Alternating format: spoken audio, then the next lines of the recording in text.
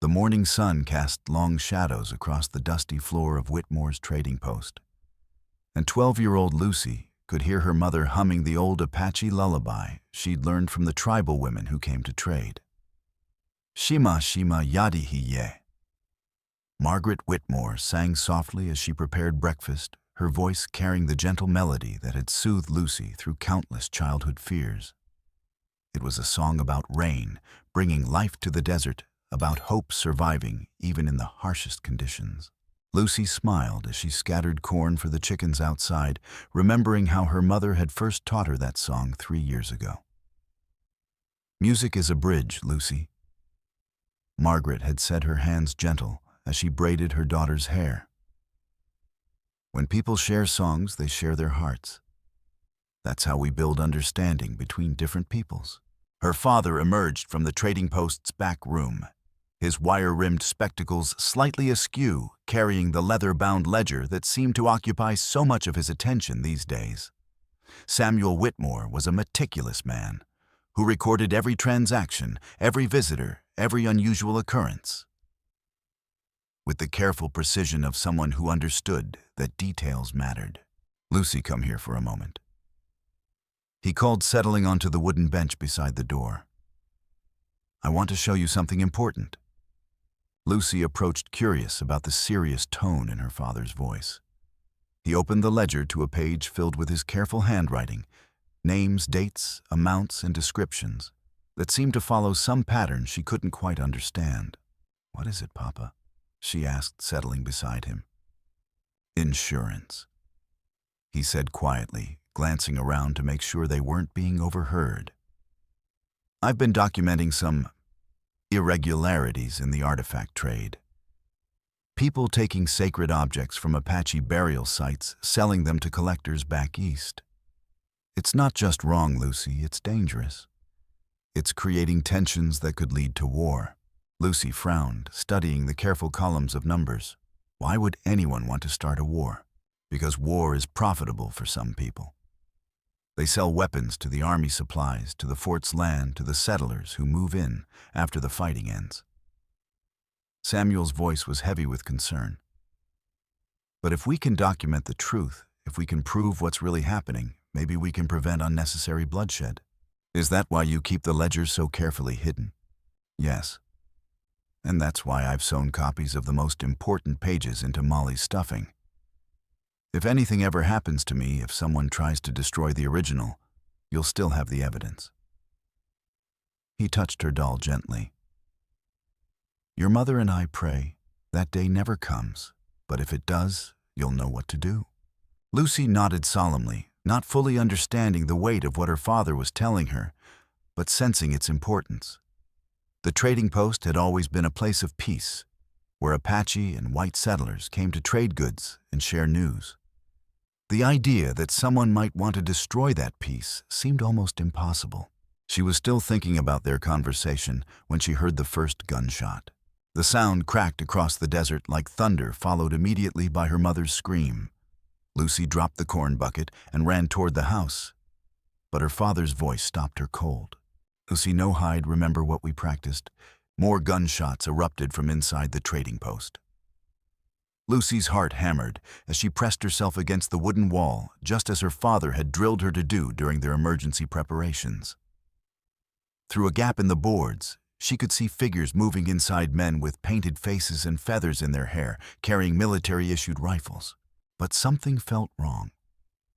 The war paint looked too fresh, too uniform, as if it had been applied hastily by someone unfamiliar with Apache traditions. The feathers were arranged incorrectly, and the moccasins she glimpsed were too new, too clean for warriors who had traveled far to raid. "Find the ledger," a voice commanded from inside, and Lucy's blood went cold. The voice carried the clipped authority of a military officer, not the cadence of an Apache warrior. "Whitmore's been documenting everything. We need those records destroyed before they can be used against us." Lucy crawled along the wall until she reached the small window that looked into the main room. What she saw there would haunt her dreams forever. Her parents lay motionless on the floor, their blood pooling beneath them. Her father's spectacles were broken, one lens spider-webbed with cracks. Her mother's apron was stained red, and her hand still clutched the wooden spoon she'd been using to stir breakfast. "Tear this place apart," ordered the leader, a tall man with a gray beard and sergeant stripes on his blue cavalry uniform. "That ledger contains 5 years of documentation. It could destroy everything we've built." Lucy pressed her face against the rough wood, tears streaming down her cheeks. These weren't Apache raiders at all. They were white soldiers disguised as Indians, and they were here for her father's careful records. The terrible realization hit her like a physical blow. Her parents had been murdered by the very people they'd been trying to expose. The attackers worked systematically, overturning furniture and smashing pottery. They found the strongbox beneath the counter, but when they pried it open, the leader cursed violently. "Empty. Where's the ledger?" His eyes scanned the room desperately. Samuel Whitmore was a creature of habit. He kept everything in that strongbox. "Maybe he hid it somewhere else," suggested one of the men. "No. He wouldn't have had time. Unless—" The leader's gaze fell on something that made Lucy's heart stop. There, sitting on the shelf near the window, was Molly, her beloved rag doll with button eyes and a faded blue dress. "The doll?" the leader said slowly. "Check the doll." Lucy watched in horror as rough hands seized Molly and began tearing at her seams. But her father had been clever. He'd sewn the ledger pages into the doll's belly with such skill that the hiding place wasn't immediately obvious. After several minutes of fruitless searching, the leader threw Molly aside in disgust. "Burn it all," he commanded. "Make it look like a proper Apache raid. Paint some symbols on the walls, leave a few arrows around. By the time the cavalry arrives, there won't be enough evidence left to contradict our story." As flames began to lick at the walls of her childhood home, Lucy made a decision that would change everything. She crawled forward, ignoring the terrible risk, and snatched Molly from where she'd fallen. The doll felt reassuringly normal in her arms, and Lucy could feel the crinkle of hidden papers in her belly. She retreated to her hiding place and waited, clutching Molly tight and fighting back sobs. The disguised soldiers finished their work, efficiently setting fires and scattering evidence to support their deception. As they prepared to leave, their leader called out a final order. Remember, Apache war party struck at dawn. They were after the spring water rights. No survivors, no witnesses. The girl's body will be found in the ruins, another innocent victim of savage brutality. But the leader was wrong. There was a survivor, and she was holding the very evidence they'd tried to destroy. The flames consumed the trading post with terrifying speed, but Lucy had managed to drag her parents' bodies away from the worst of the fire before the roof collapsed. That was where Naalnish found her, an hour later, kneeling beside her parents' graves, clutching a soot-stained doll and weeping. The Apache war chief approached slowly, his weathered face grave with understanding. He was a tall man with intelligent dark eyes and graying hair braided with leather cords. His buckskin clothing was travel-worn but well-maintained, and a bone-handled knife hung at his side. He moved with the careful grace of a man who had seen too much violence and wanted to prevent more. "Oh, child," he said softly, speaking English with only a slight accent. "I am Naalnish of the Chiricahua. You are safe now." Lucy looked up at him through her tears, seeing not the savage enemy she'd been taught to fear, but a man whose eyes held the same pain she felt. "They killed my parents," she whispered. "But they weren't Apache. They were white men dressed up to look like your people." Naalnish knelt beside her, his expression darkening as he examined the scene. "I know. I tracked them from the hills. Boot prints, not moccasins. Cavalry horses, not Indian ponies. Gunpowder residue from military rifles, not traditional weapons." He gestured toward the smoldering ruins. "This was staged to make my people look guilty. Why would they do such a thing? To give the army an excuse for war. to justify taking our lands and destroying our way of life. Naalnish's voice was heavy with old pain. I have seen this before. 3 years ago, my own wife and daughter were killed in such an attack. The real killers were never caught, but many innocent Apache died in the revenge that followed. Lucy clutched Molly tighter, remembering her father's words about the ledger. My father knew this might happen. He was documenting crimes, building evidence against the people responsible.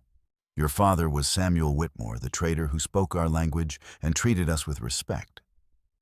Yes, he said he was trying to prevent war by exposing the truth.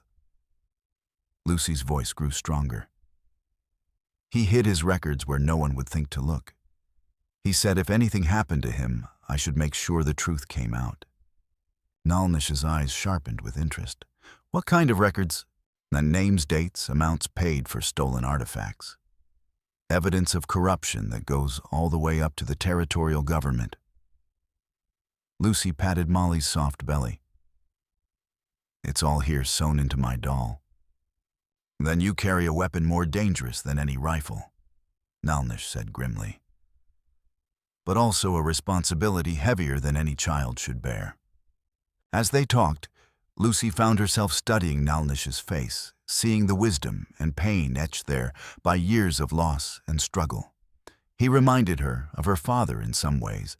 The same careful attention to detail, the same quiet strength, the same commitment to doing what was right, even when it was dangerous. Will you help me? She asked. Will you help me make sure my parents' deaths weren't meaningless? Naalnish was quiet for a long moment, looking at the ruins of the trading post, where he had often come to trade goods and share news. Samuel and Margaret Whitmore had been among the few white people who had treated him as an equal, who had learned his language and respected his culture. Yes, he said finally. I will help you. But you must understand that the men who did this have power and influence. They will not hesitate to kill us both if they discover what we know. Then we'll have to be smarter than they are.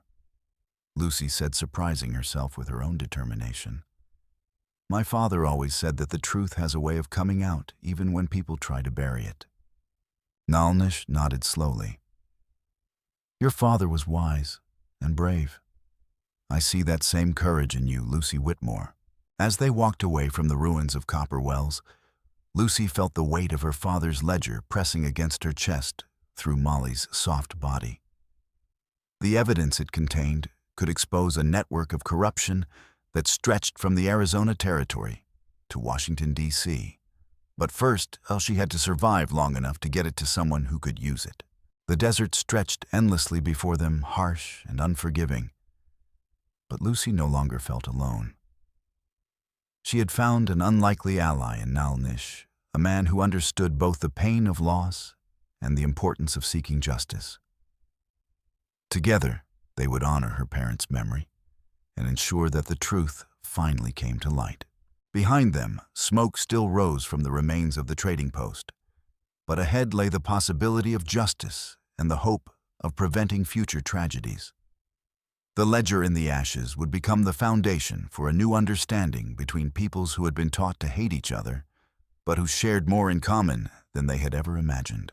The sun climbed higher in the desert sky, and Lucy Whitmore began the journey that would transform her from a frightened child into a young woman capable of changing the world. 3 days in the desert taught Lucy lessons no 12-year-old should have to learn. Water was more precious than gold. The smallest mistake could mean death, and survival required a hardness of spirit that felt foreign to her gentle upbringing. But Naalnish was a patient teacher, showing her how to read the land's subtle signs, how to find moisture in seemingly barren places, and how to move silently across sand and stone. They traveled mostly at night, when the desert cold provided relief from the brutal heat, and their passage was less likely to be noticed by cavalry patrols. During the day, they sheltered in whatever shade they could find, the shadow of a boulder, the overhang of a cliff, the sparse protection of a mesquite thicket. Tell me about the man who killed my parents. Lucy said as they rested during their third afternoon hidden in a shallow cave that provided blessed relief from the sun's glare. I need to understand what we're fighting against. Naalnish was quiet for a moment, his dark eyes distant with painful memories. His name is Elias Mackenzie. He was a cavalry sergeant for 15 years, fought in the Indian Wars, earned commendations for what the Army called bravery. But somewhere along the way, he discovered that war could be profitable if you knew how to exploit it. What do you mean? He began stealing from Apache burial sites, sacred objects, ceremonial items, anything that might have value to collectors in the East. When tribal leaders complained to the Army, Mackenzie would stage false attacks to discredit us. He would dress his men as Apache warriors, raid a settlement or trading post, then claim we were becoming increasingly hostile. Lucy felt sick thinking about the systematic nature of such evil. How many people has he killed? I don't know the exact number. Dozens, certainly. Maybe hundreds when you count the retaliation that followed his staged attacks. Naalnish's voice grew bitter. Each false raid led to real violence, and real violence led to more death on both sides. Innocent people died while Mackenzie grew rich selling stolen artifacts. And no one in the Army suspected. Some did. But Mackenzie was careful to choose his accomplices well. He corrupted officers who were already greedy or bitter, who were willing to look the other way in exchange for their share of the profits. Naalnish paused. Your father was different. He saw through the lies and began gathering evidence. Lucy pulled a corner of paper from Molly's belly, where it had worked loose from the hidden ledger. Even in the dim light of the cave, she could make out her father's careful handwriting dates, names, amounts, and descriptions that painted a picture of systematic corruption. This is just one page, she said. There are dozens more. My father documented every transaction, every suspicious visitor, every piece of evidence he could find. It's like he was building a legal case. Which is exactly what he was doing, Naalnish said. But legal cases require honest judges and uncorrupted courts. That's why Mackenzie was so desperate to destroy the ledger. He knew it could expose not just his crimes, but the crimes of everyone who had helped him. As the sun began to set, they prepared to resume their journey.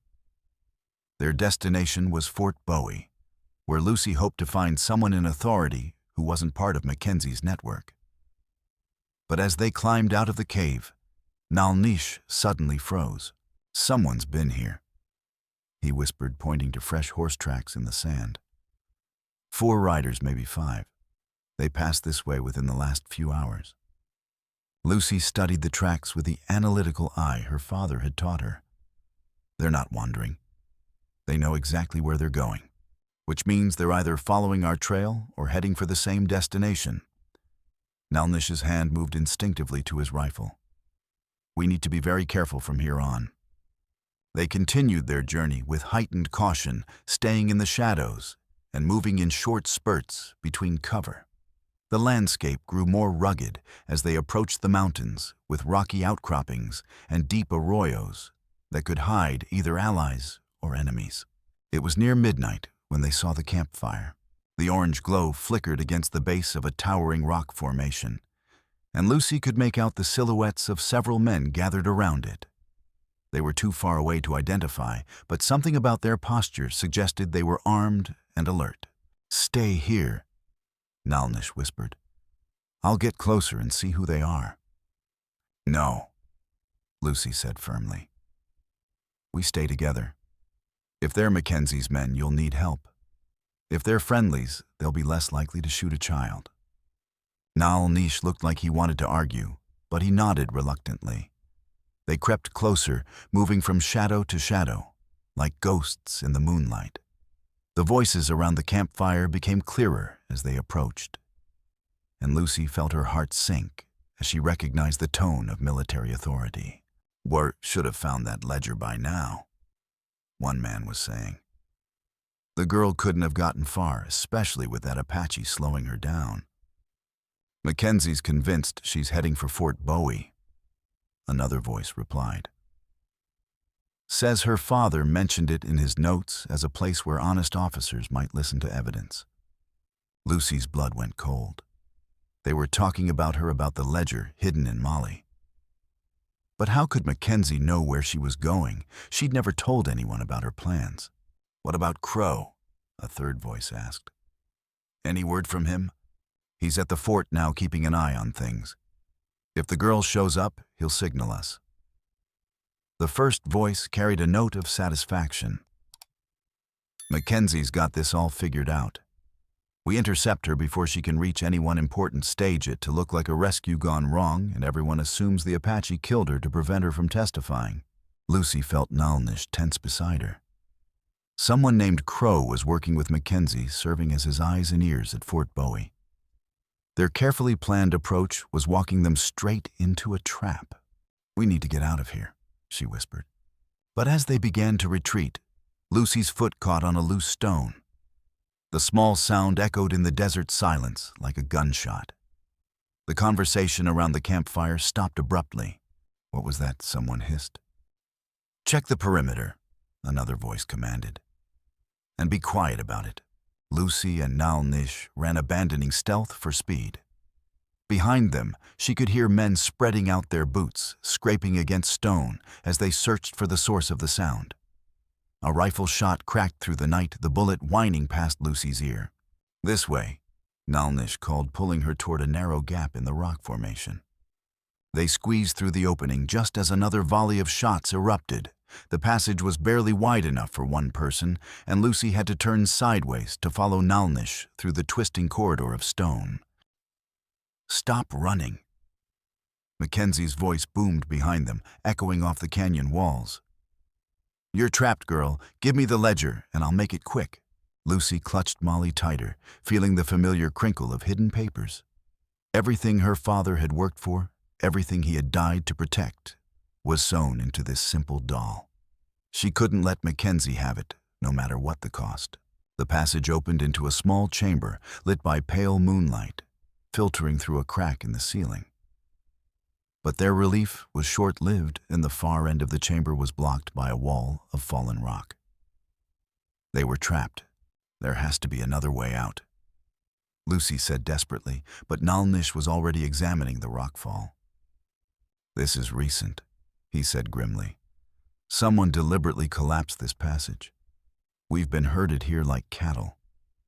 The sound of approaching footsteps echoed through the narrow passage behind them. Mackenzie's men were close, and there was nowhere left to run. Lucy looked around the chamber, desperately searching for any possible escape route. That's when she heard it, a voice speaking in Apache, soft and urgent, coming from somewhere above them. Brother, the voice said, I am here to help.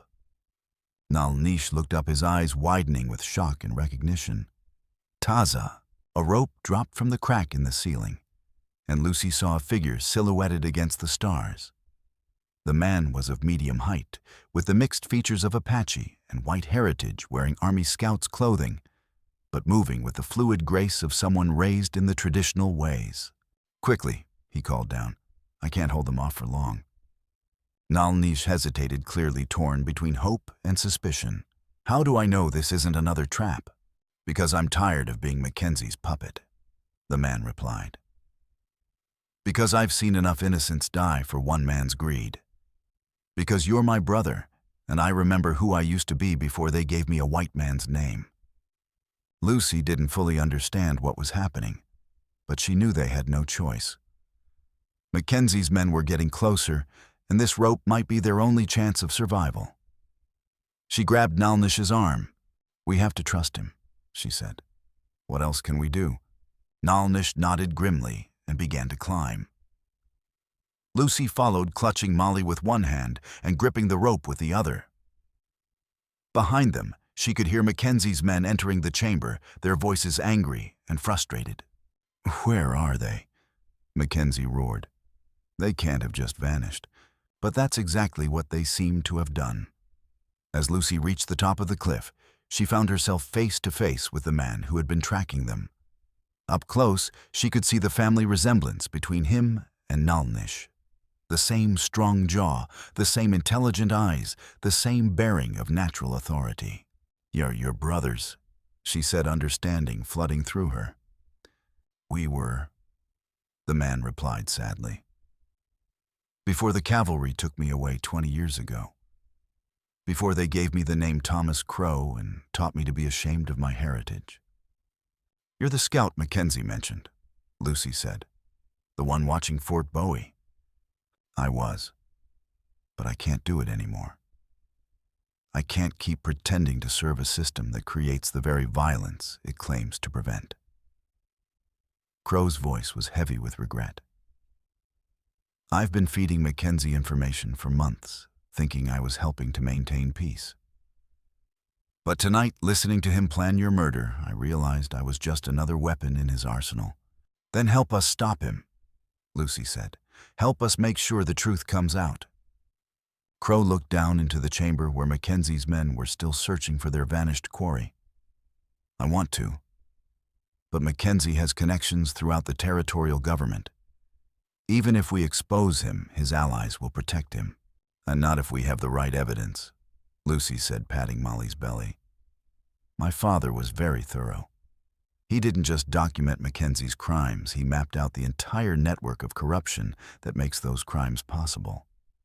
Crow's eyes widened. "You still have the ledger after everything that's happened? Hidden where no one would think to look?"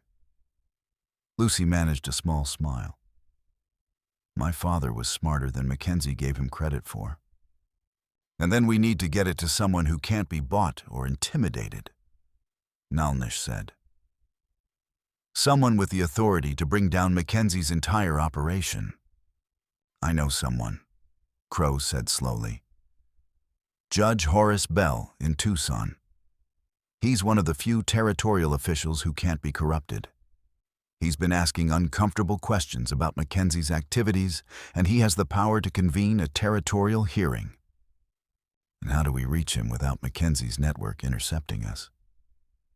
"Very carefully," Crow replied, "and with a great deal of luck."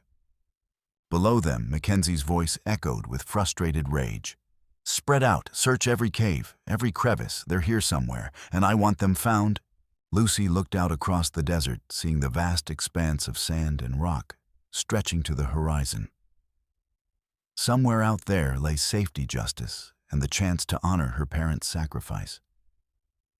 But between here and there stood an army of corrupt men who would stop at nothing to protect their secrets. "What about Colonel Harrison at Fort Bowie?" she asked. "Isn't he supposed to be an honest officer?" Crow and Naalnish exchanged glances, and Lucy caught something in their expressions, a flicker of concern that was quickly hidden. "Oh, Harrison is complicated," Crow said finally. "He's not as corrupt as some, but he's also not as clean as others. It would be better to go straight to Judge Bell." Lucy nodded, but she filed away that hesitation for later consideration. Her father had taught her to notice when people were uncomfortable with certain topics, and Crow's reaction to Colonel Harrison's name suggested there was more to that story. As they prepared to descend the far side of the cliff, Lucy felt a strange mixture of hope and fear. They had gained an ally in Crow, but they had also confirmed that Mackenzie's reach was longer than they had imagined. The journey to Tucson would be dangerous, but it was their only chance to ensure that justice was finally served. The desert wind whispered through the rocks, carrying the scent of sage and the promise of distant rain.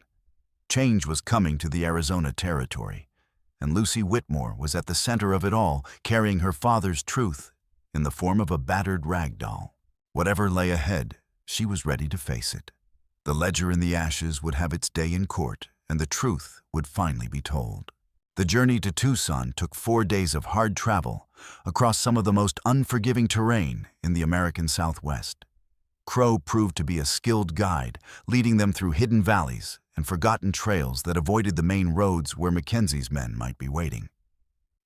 But even with his expertise, they had several close calls with cavalry patrols who were supposedly searching for Lucy to rescue her from Apache kidnappers.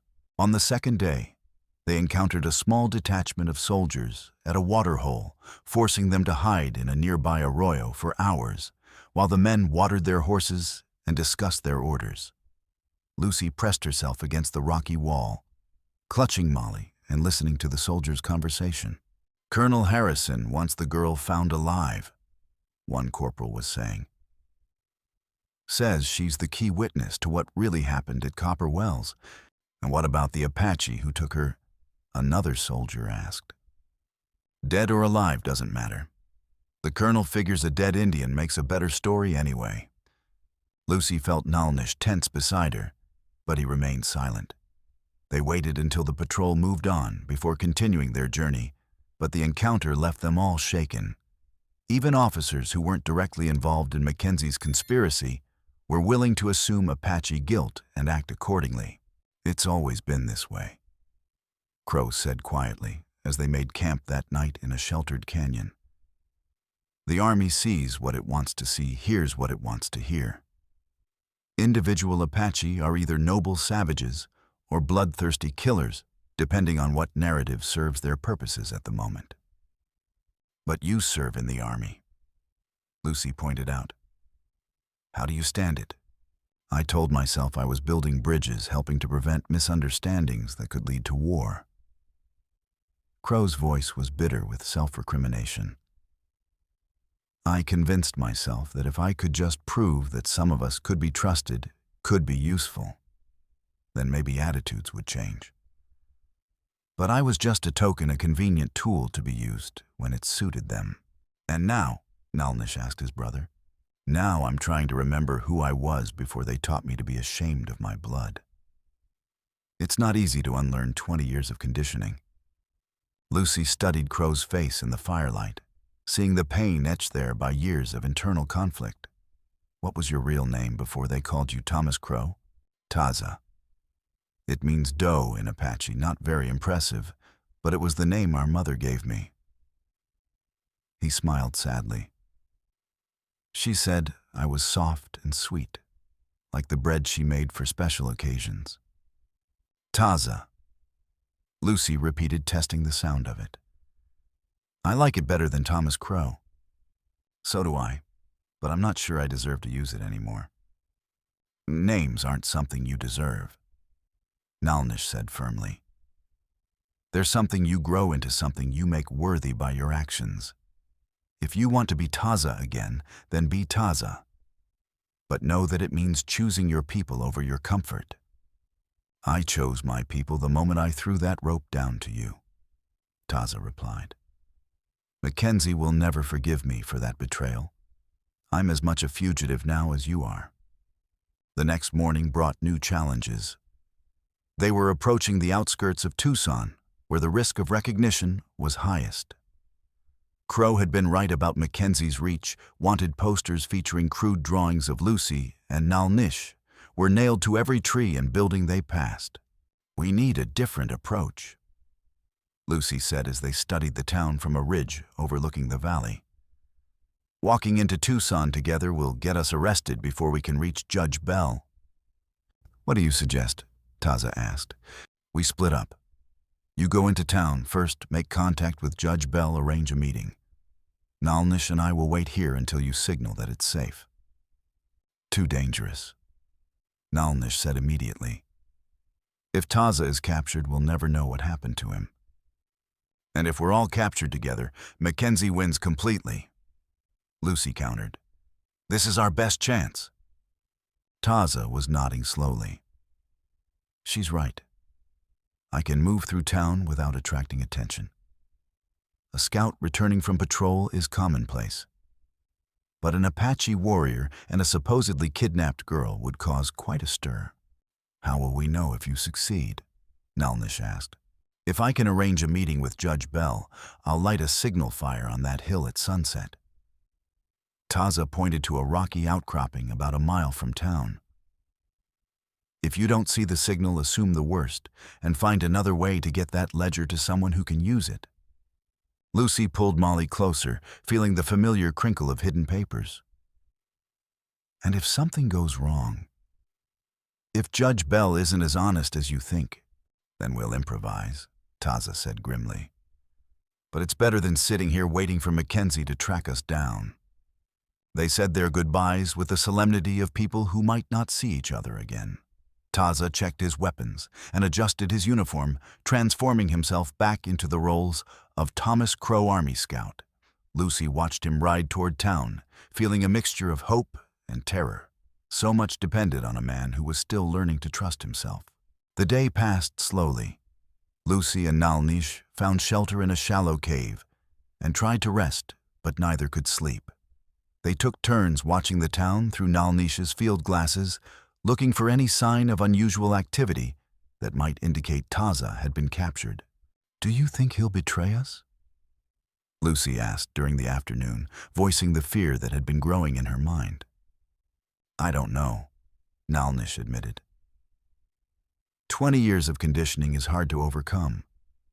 But I saw something in his eyes when he threw down that rope, a recognition of who he used to be. I think he wants to be that person again. But wanting and doing are different things. Yes, which is why we need to be prepared for any outcome. Naalnish's expression was grim. If Taza doesn't signal tonight, we'll have to find another way to get that ledger to the authorities. As the sun began to set, they positioned themselves to watch the signal hill. Lucy clutched Molly tightly, whispering a prayer her mother had taught her, not to any specific god, but to the spirits of justice and truth that transcended religious boundaries. The minutes stretched like hours. The sun touched the horizon, painting the sky in brilliant shades of orange and red. Lucy held her breath, scanning the rocky outcropping for any sign of smoke or flame. There, a small wisp of smoke curled up from behind a boulder, followed by the orange glow of a carefully constructed fire. Taza had succeeded in making contact with Judge Bell. "Thank God," Lucy whispered.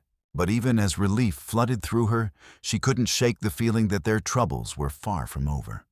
Mackenzie wasn't the type of man to give up easily, and his network of corruption ran deeper than they had imagined.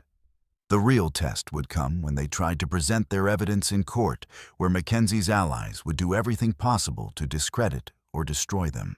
"Ready?" Naalnish asked, shouldering his rifle. Lucy nodded, tucking Molly securely into her jacket. "Ready." They began the descent toward Tucson, toward Judge Bell, toward what they hoped would be the final confrontation with the forces of corruption and evil that had destroyed so many innocent lives. The ledger in the ashes was about to have its day in court, and Lucy Whitmore was determined to see justice done. The desert wind whispered through the rocks behind them, carrying the scent of sage and the promise of change. Tomorrow would bring new challenges, but tonight they had hope. And sometimes, hope was enough. Judge Horace Bell's chambers were located in a substantial adobe building that served as Tucson's courthouse and territorial office. The structure was impressive by frontier standards, with thick walls designed to withstand both the desert heat and potential Apache attacks.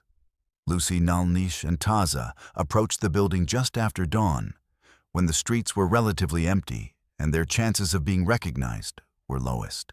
Taza had arranged for them to enter through a side door that led directly to Judge Bell's private chambers, avoiding the main courthouse where Mackenzie's allies might be watching.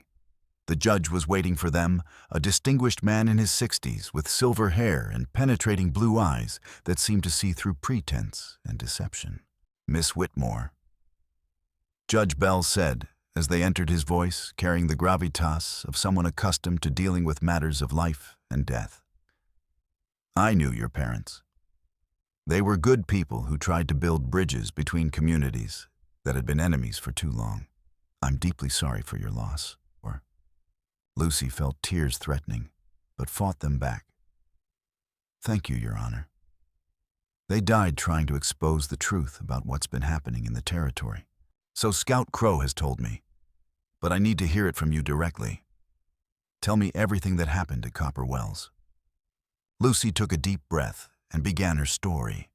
She described the morning of the attack, the men in false war paint, who moved like soldiers rather than Apache warriors, their systematic search for her father's ledger. She told Judge Bell about hiding behind the counter, about watching her parents die, about the leader with the gray beard, and Sergeant Stripes, who had ordered their deaths. The leader called himself Mackenzie. Lucy said, her voice steady despite the painful memories. He knew exactly what he was looking for: my father's documentation of artifact thefts and corruption. He was desperate to destroy it. Judge Bell leaned forward in his chair. "And you still have this documentation?" Lucy reached into Molly's belly and carefully extracted several pages of her father's ledger. The paper was worn and stained, but the writing was still clear. She placed it on Judge Bell's desk with trembling hands. "My father sewed copies into my doll. He said if anything happened to him, I should make sure the truth came out." Judge Bell picked up the pages and began reading, his expression growing darker with each line. Lucy could see the shock and disgust in his eyes as he absorbed the full scope of Mackenzie's crimes. "Dear God," he whispered. "If this is accurate, Mackenzie has been systematically looting Apache burial sites for years. And these names..." He looked up at Lucy. "Your father has documented connections to federal officials, army officers, even territorial judges. People who profit from the artifacts Mackenzie steals," Lucy said. "People who protect him because they're part of his network, including Colonel Harrison." Judge Bell's voice was carefully neutral, but Lucy caught the slight tension in his tone. Lucy hesitated, remembering Taza's reaction when she'd mentioned the colonel. "I don't know for certain, but Scout Crow seemed uncomfortable when I mentioned his name." Judge Bell's eyes flicked to Taza, who shifted uncomfortably in his chair. "Is there something you'd like to tell me about Colonel Harrison Scout Crow?" Taza was quiet for a long moment, clearly struggling with himself. Finally, he spoke. "The colonel isn't as clean as his reputation suggests. He's received gifts from Mackenzie over the years. Rare artifacts, gold coins, things that could be explained away as legitimate purchases. But the timing was always convenient, right before important decisions about troop deployments or investigation priorities." "You're saying he's been bought?" "I'm saying he's been compromised. Whether he realizes it or not, he's been influenced by Mackenzie's generosity. When Mackenzie needed cavalry support for his operations, Harrison always found reasons to provide it." Judge Bell closed the ledger pages and looked at each of them in turn. "This is more serious than I initially thought.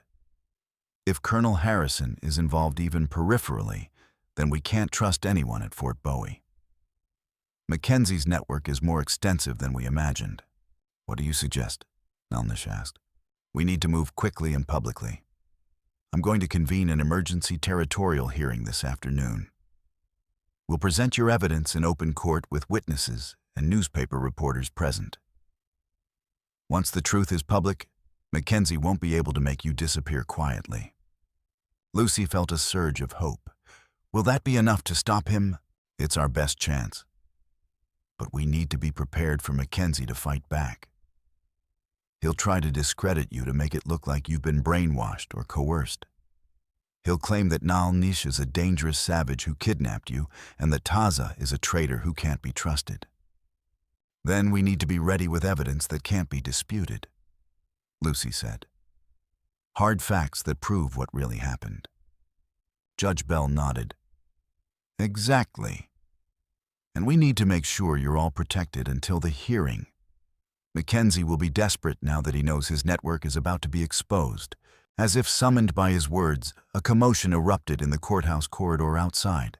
Lucy could hear boots on stone-raised voices and the distinctive sound of military commands being shouted. Judge Bell's expression hardened. "Stay here," he ordered, moving to the window. "Keep that ledger hidden." Lucy tucked the pages back into Molly's belly as Judge Bell peered through the blinds. His face went pale as he watched whatever was happening in the street below. "We have a problem," he said quietly. "There are soldiers surrounding the building, and I can see Mackenzie himself approaching the main entrance." "How did he find us so quickly?" Taza asked. "Someone must have recognized you entering the building," Judge Bell replied. "Or perhaps Mackenzie has been watching my chambers, knowing that anyone with evidence against him would eventually come here. Lucy's heart sank. They had come so close to exposing the truth, only to be trapped at the last moment. But as she looked at the determined faces of her companions, she realized they weren't defeated yet. "Judge Bell," she said, "is there another way out of this building?" "There's a back staircase that leads to the basement, and from there to the old mining tunnels that run beneath the town. But it's dangerous. The tunnels are partially collapsed and easy to get lost in." "Better than facing Mackenzie's men directly," Naalnish said grimly. "Wait." Judge Bell set his eyes bright with sudden inspiration. "There might be a better way. What if we don't run? What if we force Mackenzie to confront us publicly in front of witnesses?" "How?" Lucy asked. "By turning his own trap against him. If he wants to arrest you, make him do it in open court with reporters and citizens present. Make him explain why he's so desperate to prevent a young girl from testifying about her parents' murder." Lucy understood immediately. "You want to hold the hearing now before he can stop us?" "Exactly. The courthouse is already surrounded, but it's also full of people who came for regular court business. If I convene an emergency session and present your evidence publicly, Mackenzie will have to either reveal his guilt by trying to stop the proceedings or let the testimony proceed and hope he can discredit it later." "And if he chooses to stop the proceedings by force?"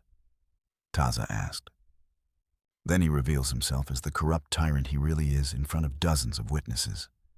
Either way, we win."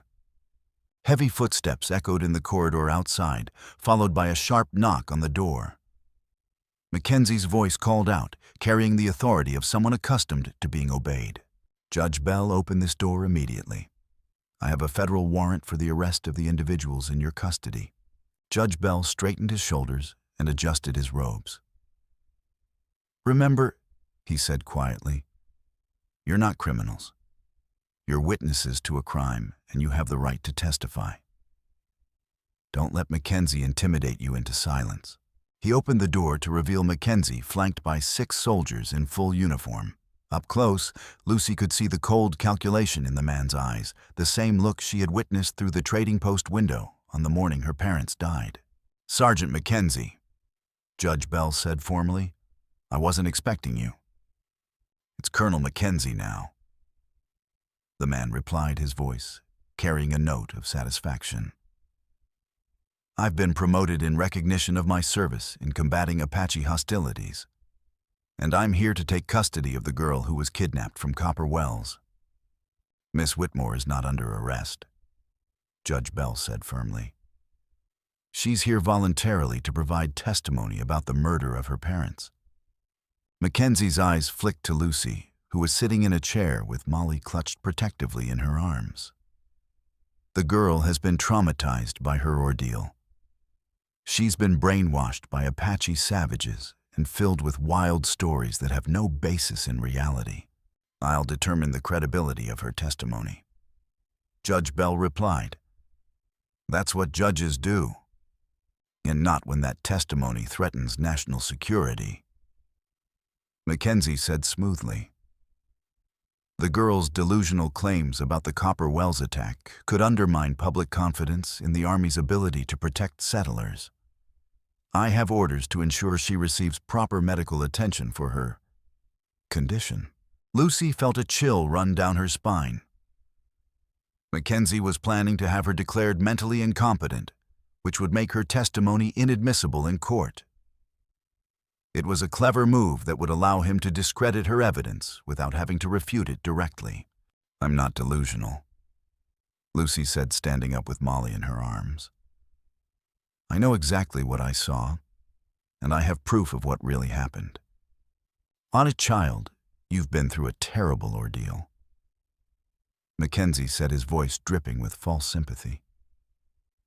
"Apache captivity can cause severe psychological trauma. The savage who took you probably filled your head with all sorts of lies about white soldiers." "No one filled my head with lies," Lucy replied firmly. "I saw you murder my parents. I saw you and your men dressed up as Apache warriors searching for my father's ledger. I heard you give the order to burn our trading post." Mackenzie's mask of concern slipped for just a moment, revealing the cold killer beneath. "You're confused, child. The trauma has affected your memory. What you think you saw." "I saw a man with a gray beard and sergeant's stripes," Lucy interrupted. "A man with a crescent-shaped scar on his left hand. A man who called himself Mackenzie." She pointed directly at Mackenzie's left hand, where a pale scar was clearly visible. Several of the soldiers behind him noticed it too, and Lucy saw doubt creeping into their expressions. That scar could belong to anyone. Mackenzie said, but his voice had lost some of its confidence. "Not anyone," Judge Bell said quietly.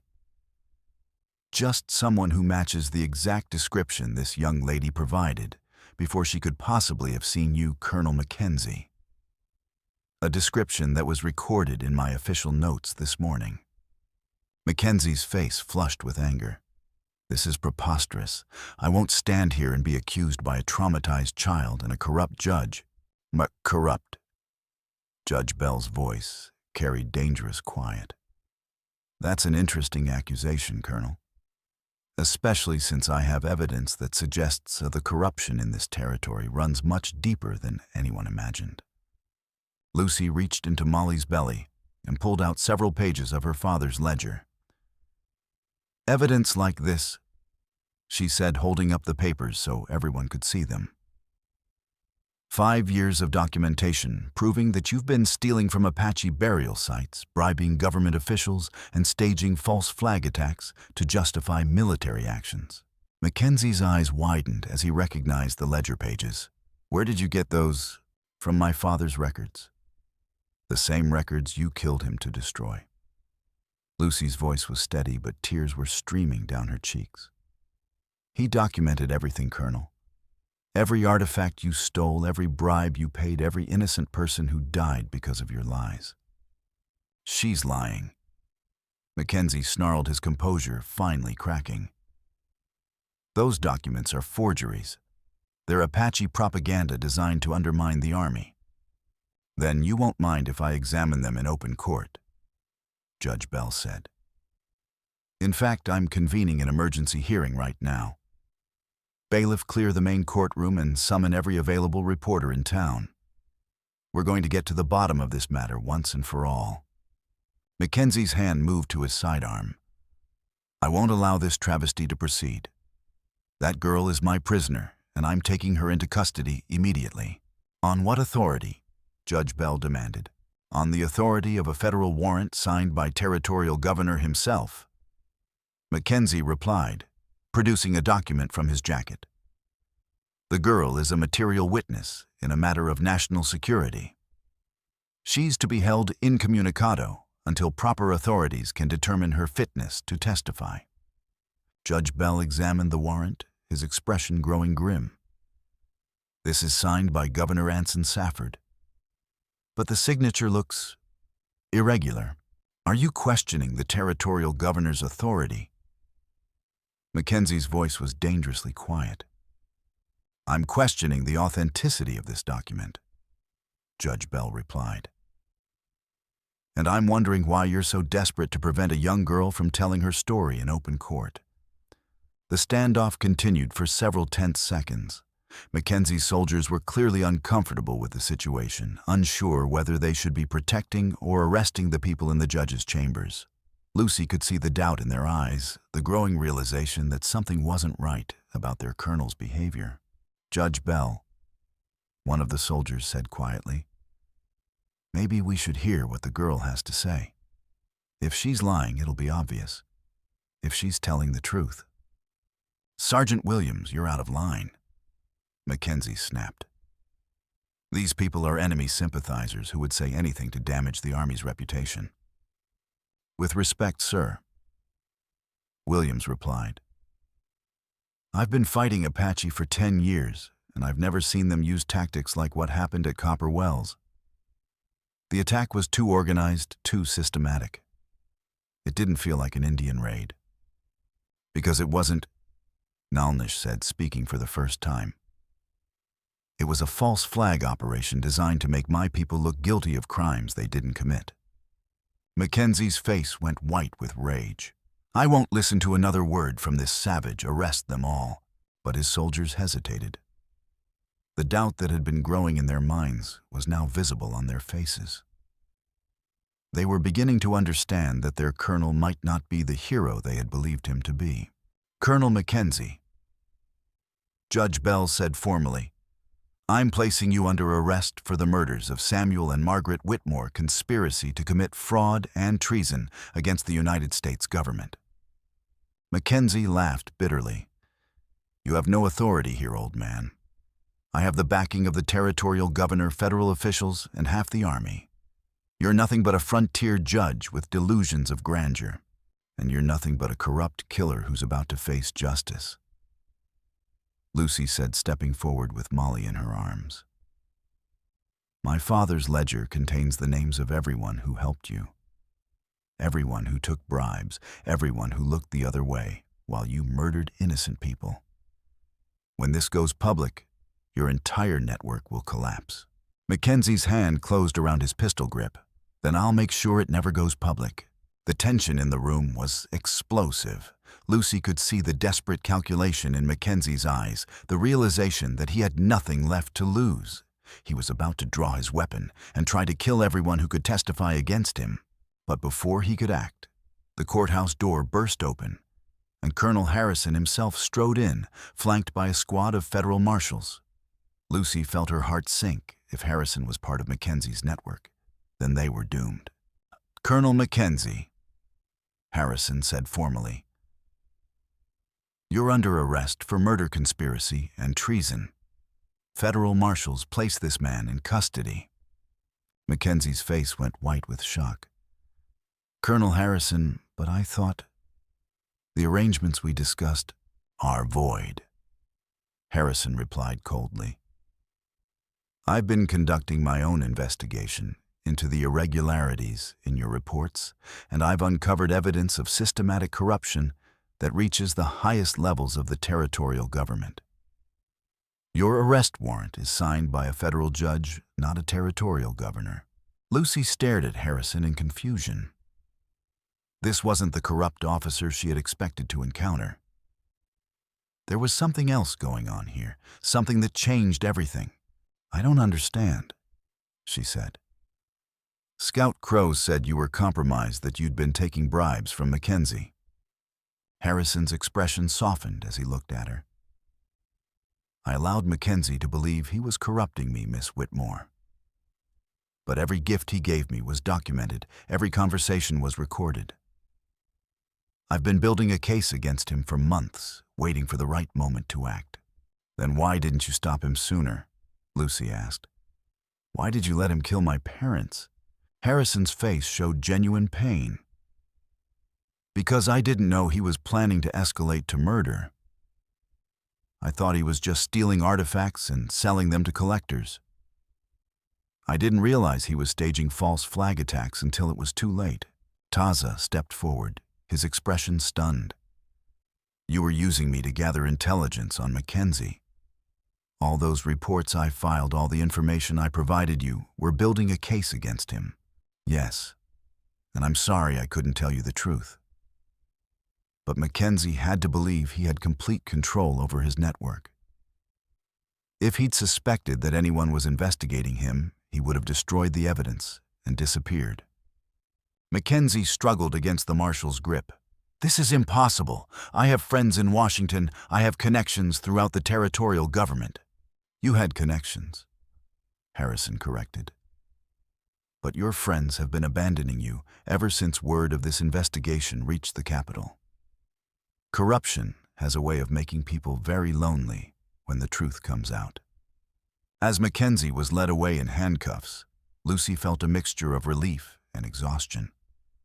Justice was finally being served, but the cost had been terrible. Her parents were still dead, and nothing could bring them back. What happens now? She asked Judge Bell. Now we have a trial, he replied. We present all the evidence, expose the entire network of corruption, and make sure that nothing like this can happen again.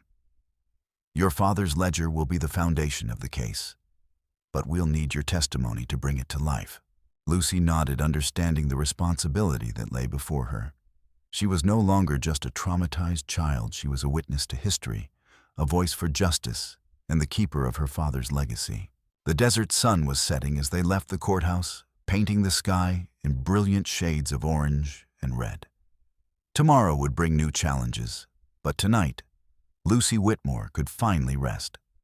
The ledger in the ashes had done its work, and the truth was finally free. The trial of Elias Mackenzie lasted 6 days and drew spectators from across the American Southwest. Newspaper reporters came from San Francisco, Denver, and even New York to cover the story of the 12-year-old girl who had brought down one of the most extensive corruption networks in the frontier territories. The courthouse was packed every day, with people standing in the aisles and crowds gathered outside to hear the latest developments. Lucy testified on the first day, her clear voice carrying across the courtroom as she described the events at Copper Wells. She held Molly in her lap as she spoke, the doll serving as both comfort and symbol of her father's dedication to truth. The attackers were systematic. Lucy said, her voice steady despite the emotional weight of her words. They knew exactly what they were looking for. My father's ledger documenting artifact thefts and corruption. They weren't Apache warriors seeking revenge or supplies. They were soldiers following orders to destroy evidence. Mackenzie's defense attorney, a sharp-dressed man from Phoenix, tried to discredit her testimony during cross-examination. "Miss Whitmore, you've been through a terrible ordeal.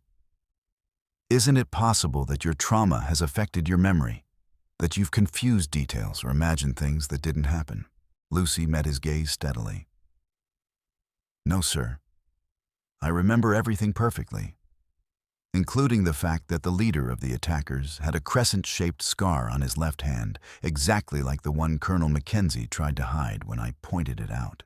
The lawyer pressed on. "But you were hiding, weren't you, watching through a crack in the wall?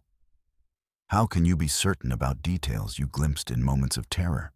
"Because my father trained me to notice details," Lucy replied. "He taught me that the truth lives in the small things that people think no one will remember. The way a man walks, the sound of his voice, the scars on his hands, these things don't lie." She reached into Molly's belly and pulled out a page from her father's ledger. "And because my father documented everything he suspected.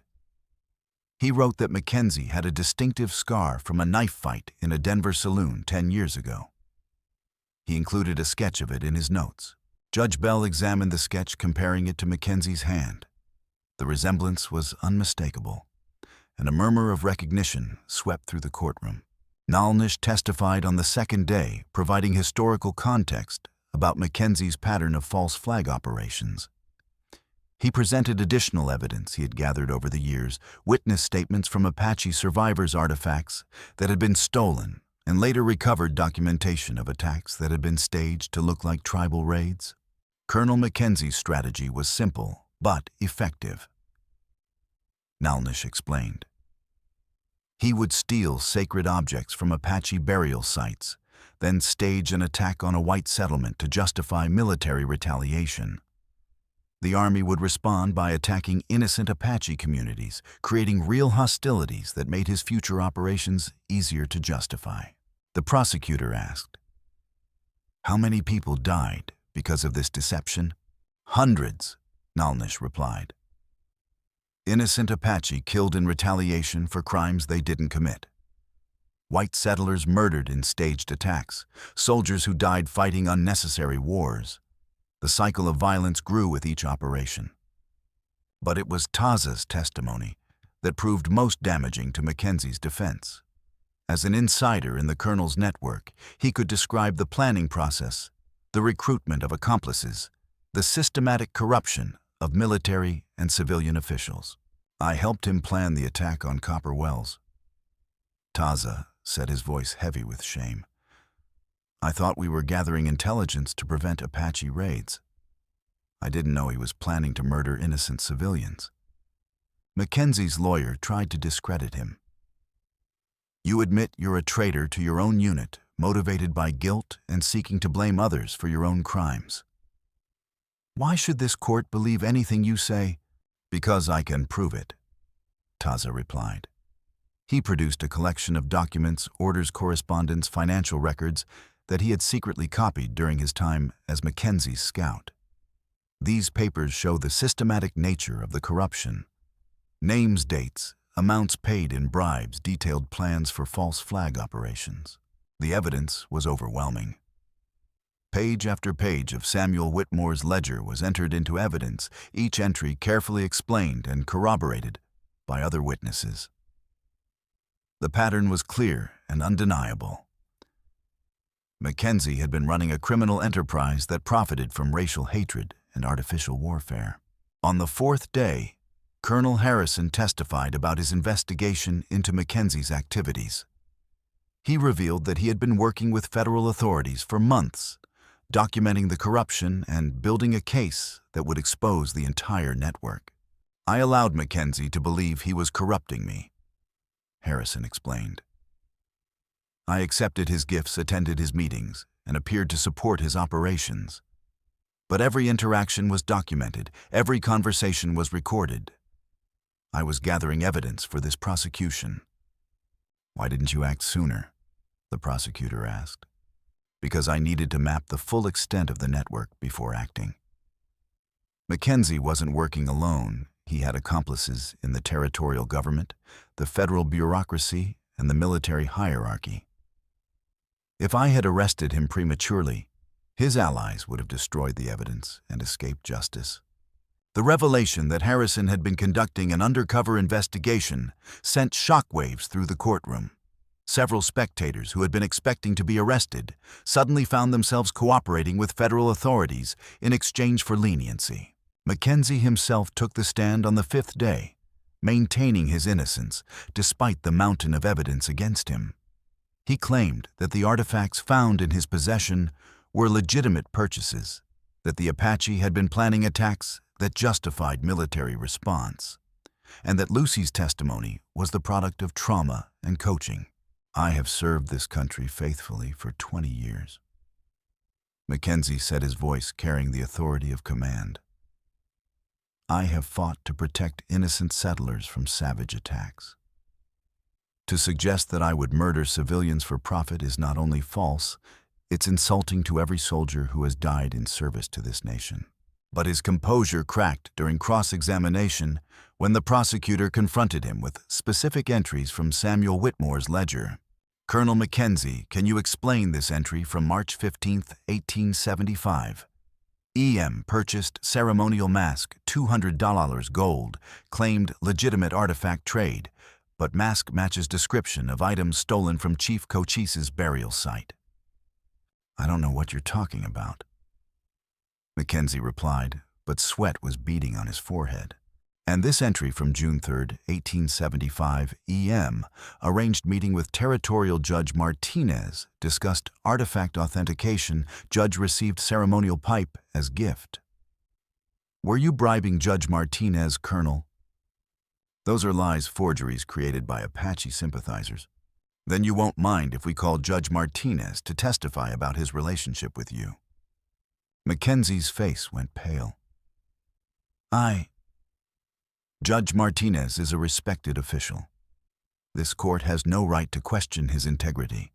We're not questioning his integrity, Colonel. We're questioning yours. The trial's climax came when Lucy was recalled to the stand for redirect examination. The prosecutor had saved one piece of evidence for last, a letter that had been found in the ruins of the Whitmore trading post, hidden in a metal box that had survived the fire. Miss Whitmore, do you recognize this document? Lucy examined the letter, her eyes filling with tears. It's a letter from my father to my mother. He wrote it the night before he died. Would you read it to the court? Lucy's voice trembled as she read the letter aloud. My dearest Margaret, if something happens to me, know that I regret nothing. We came to this territory to build bridges between peoples who had been taught to hate each other. We may not have prevented all the violence, but we have shown that understanding is possible. Take comfort in knowing that Lucy carries our dreams forward. She is braver than we imagined, stronger than we dared hope. The truth will survive, even if we do not. The courtroom was silent as Lucy finished reading. Even hardened frontier journalists wiped tears from their eyes. The human cost of Mackenzie's crimes was no longer an abstract concept. It was embodied in the grief of a young girl who had lost everything but refused to be broken. Judge Bell delivered the verdict on the 6th day. The evidence presented in this trial demonstrates a pattern of criminal behavior that shocks the conscience.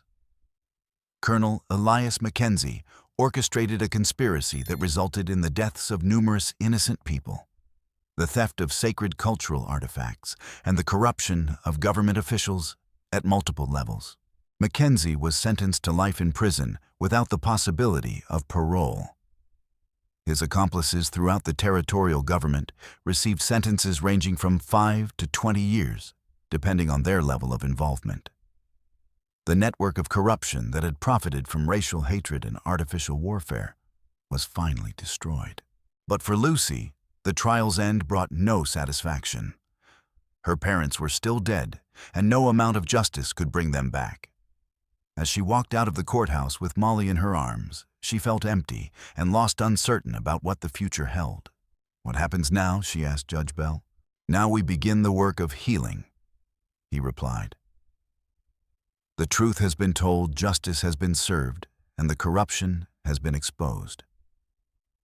But the real work starts now, building the kind of society your parents dreamed of, where different peoples can live together in peace." That evening, as Lucy sat on the porch of the boarding house where she was staying, she reflected on her father's letter. He had been right, the truth had survived, even in the ashes of their destroyed home. But he had also been right about something else. She was stronger than they had dared hope, braver than they had imagined. The desert wind carried the scent of sage and distant rain. And Lucy allowed herself to believe that her parents' dream of peace might finally be possible. The ledger in the ashes had served its purpose, exposing the corruption that had poisoned relations between Apache and white settlers. Now it was time to build something better on the foundation of truth they had laid. Molly sat beside her on the porch, the doll's button eyes reflecting the last light of the setting sun. The ledger was gone, now entered into evidence and sealed in the court's records. But its legacy lived on in the young woman who had carried it through the desert, who had risked everything to see justice done. Tomorrow would bring new challenges, new opportunities to honor her parents' memory. But tonight, Lucy Whitmore was content to sit in the desert, evening listening to the wind and dreaming of a future where understanding would triumph over hatred, where truth would prevail over lies, and where the bridges her parents had tried to build would finally span the chasm between peoples who had been enemies for too long. The ledger in the ashes had become a foundation for hope, and Lucy was ready to build upon it. 2 years after the trial, Lucy stood in the doorway of a modest adobe schoolhouse, watching as Apache and white children worked together on their arithmetic lessons.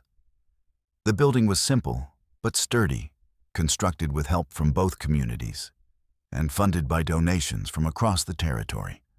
Above the door, a hand-painted sign read, "Whitmore School for Cultural Understanding." At 14, Lucy had grown taller and more confident. But she still carried Molly with her, not from childish attachment, but as a reminder of the journey that had brought her here.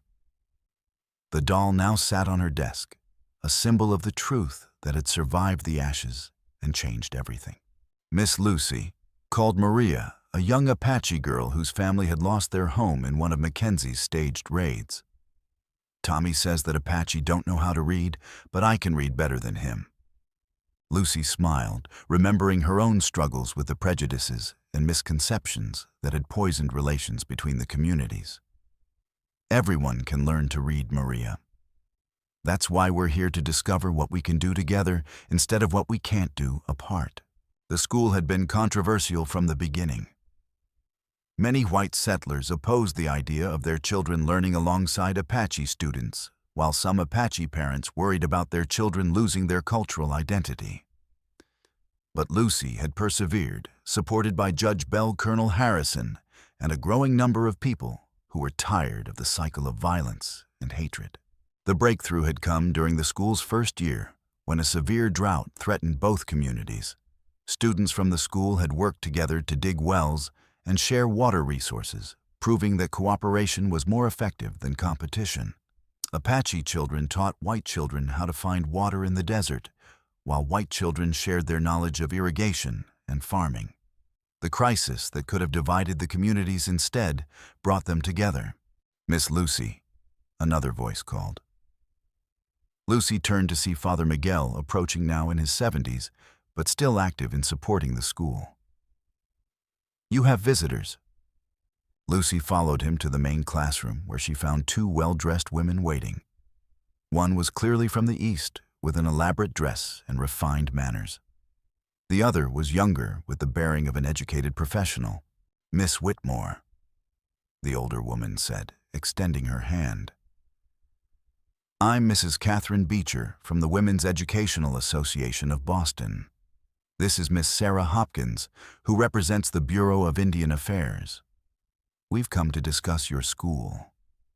Lucy felt a familiar flutter of anxiety. She had heard rumors that the federal government was planning to standardize Indian education, possibly eliminating programs that didn't fit their preferred model. "I hope you've come to observe our work," Lucy said carefully, not to shut it down. "Quite the opposite," Mrs. Beecher replied with a smile. "We've come to offer you support. Your school has attracted attention at the highest levels of government and education. People are calling it a model for future Indian education programs." "What kind of support?" Lucy asked. "Funding, official recognition, and the resources to expand your program to other territories," Miss Hopkins explained. "The Secretary of the Interior believes your approach could help prevent future conflicts between white and Indian communities." Lucy felt a mixture of excitement and apprehension. Federal support would allow them to help more children, but it would also bring bureaucracy and oversight that might compromise their mission. What would be required in return? They detailed reporting on your methods, regular inspections, and compliance with certain federal education standards, Miss Hopkins said. "But you would maintain control over your curriculum and teaching philosophy." "I'll need to discuss this with my colleagues," Lucy said. "Of course. But I hope you'll consider it seriously. What you've accomplished here is remarkable, Miss Whitmore. You've proven that understanding can overcome prejudice, that cooperation can replace conflict." After the visitors left, Lucy called a meeting with Naalnish and Taza, who had both stayed to help with the school. They gathered in the evening after the students had gone home to discuss the offer. "It's a double-edged sword," Naalnish said, his hair now completely gray, but his eyes still sharp. "Government support could help us reach more children, but it could also mean government control over what we teach." "And governments change," Taza added. "What happens if someone hostile to our mission takes power? They could shut us down or force us to abandon our principles." Lucy understood their concerns, but she also saw the potential for real change. What if we could influence government policy instead of just being subject to it? What if we could help create a new approach to Indian education that respects both cultures? They debated late into the night, weighing the risks and benefits. Finally, they reached a compromise. They would accept federal support, but only if they could maintain their core mission and teaching methods. If the government tried to change their approach, they would withdraw from the program and find private funding. "It's a gamble," Taza said. "Everything worthwhile is a gamble," Lucy replied. "But I think my parents would approve. They always believed in building bridges, even when it was difficult." The next morning, Lucy sent word to the federal representatives that they would accept the partnership. Within weeks, surveyors and construction crews arrived to begin expanding the school. New dormitories were built to house students from distant communities, additional classrooms were constructed, and a library was established with books donated from across the country. But the most significant change was the arrival of other teachers. Some white, some Indian, all committed to the school's mission of cultural understanding. Lucy found herself becoming not just a teacher, but an administrator coordinating the efforts of dozens of people working toward a common goal. The expanded school faced new challenges. Some of the federal officials sent to oversee the program were suspicious of the mixing of cultures, preferring a more traditional approach that would civilize Indian children by erasing their heritage. Lucy had to fight constantly to maintain the school's inclusive philosophy. The crisis came during the school's third year when a new superintendent arrived from Washington with orders to implement a proper Indian education program. Superintendent Williams was a stern man who believed that Indian children needed to be separated from their families and cultures in order to succeed in the modern world. Miss Whitmore, he announced during his first inspection, "This school is not meeting federal standards. You're allowing Indian children to maintain their primitive customs and languages. This is counterproductive to their education and development." With respect, Superintendent Williams, Lucy replied, "These children are thriving. They're learning to read and write in both English and Apache. They're studying mathematics, science, and history. They're also learning about their own culture and the culture of their white neighbors. This creates understanding, not division." "Understanding is not the goal," Williams said coldly. "Assimilation is the goal. These children need to learn to function in civilized society, not cling to savage traditions." Lucy felt her temper flare, but she kept her voice steady. "These are not savage traditions, Superintendent. They are the cultural heritage of a people who have survived in this desert for thousands of years. And my students are learning to function in both worlds, which makes them stronger, not weaker." "You're being naive, Miss Whitmore. The future belongs to American civilization, not to primitive tribal customs. These children will never succeed if they're allowed to remain divided in their loyalties." "They're not divided," Lucy said firmly. "They're enriched.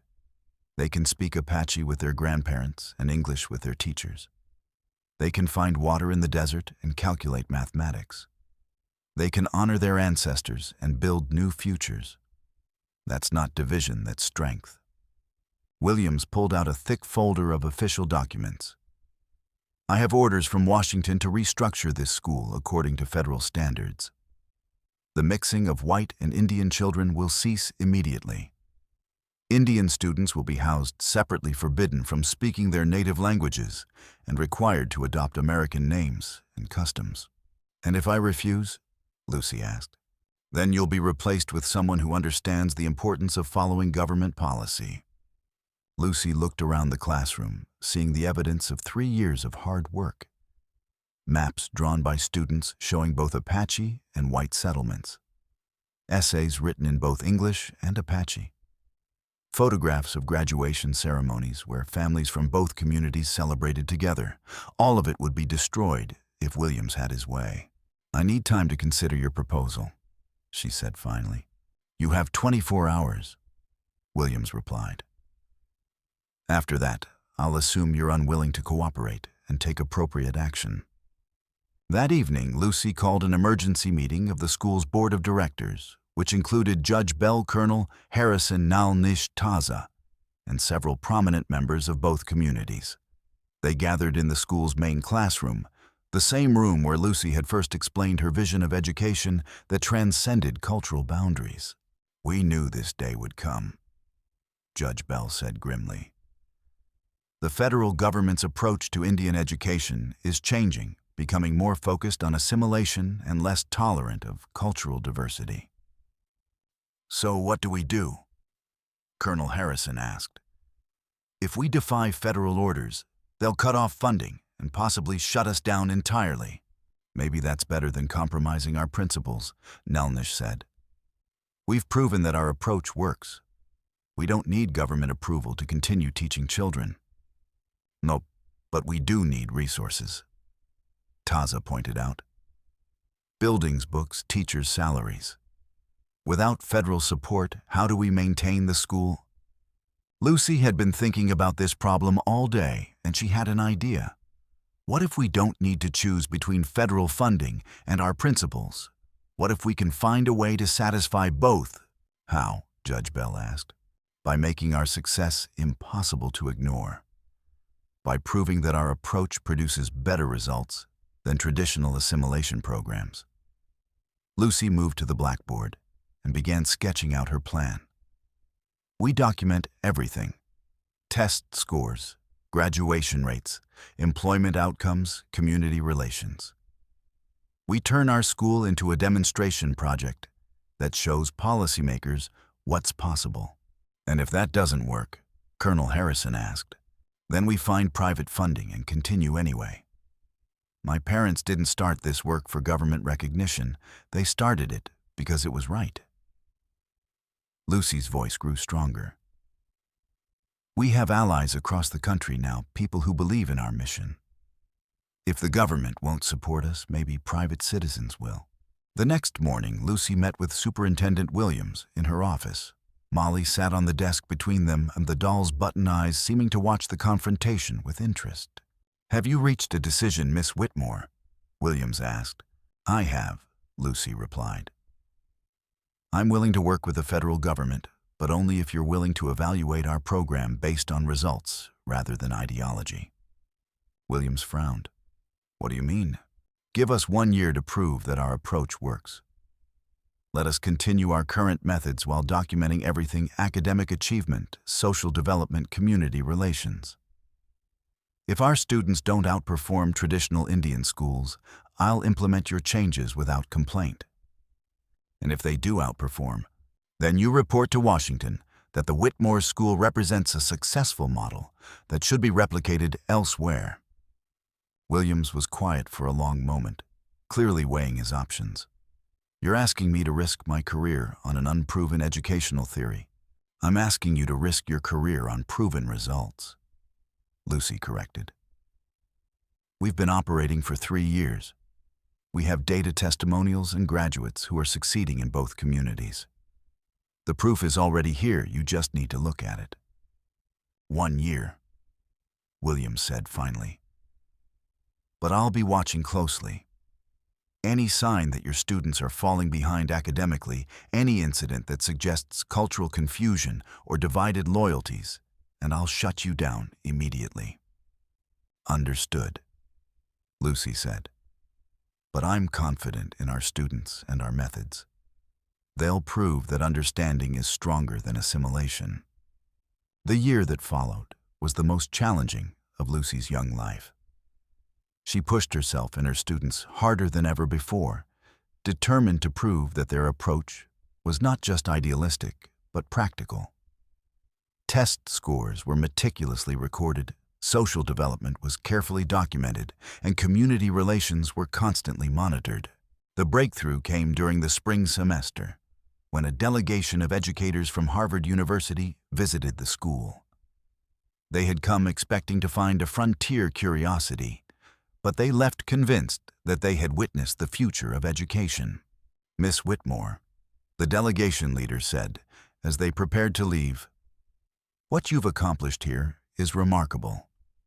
Your students are not just academically proficient, they're culturally sophisticated in ways that will serve them throughout their lives." What do you mean? Lucy asked. They can navigate multiple worlds, communicate across cultural boundaries, and solve problems by drawing on diverse perspectives. These are skills that will become increasingly important as our country becomes more diverse. The Harvard visit led to a flood of attention from educational reformers across the country. Articles appeared in major newspapers describing the Arizona experiment, where Indian and white children learned together. Educational journals published Lucy's teaching methods, and other schools began requesting information about replicating the program. By the end of the year, even Superintendent Williams had to admit that the Whitmore School was exceeding all expectations. test scores were among the highest in the territory. Graduation rates were exceptional, and relations between Apache and white communities had improved dramatically.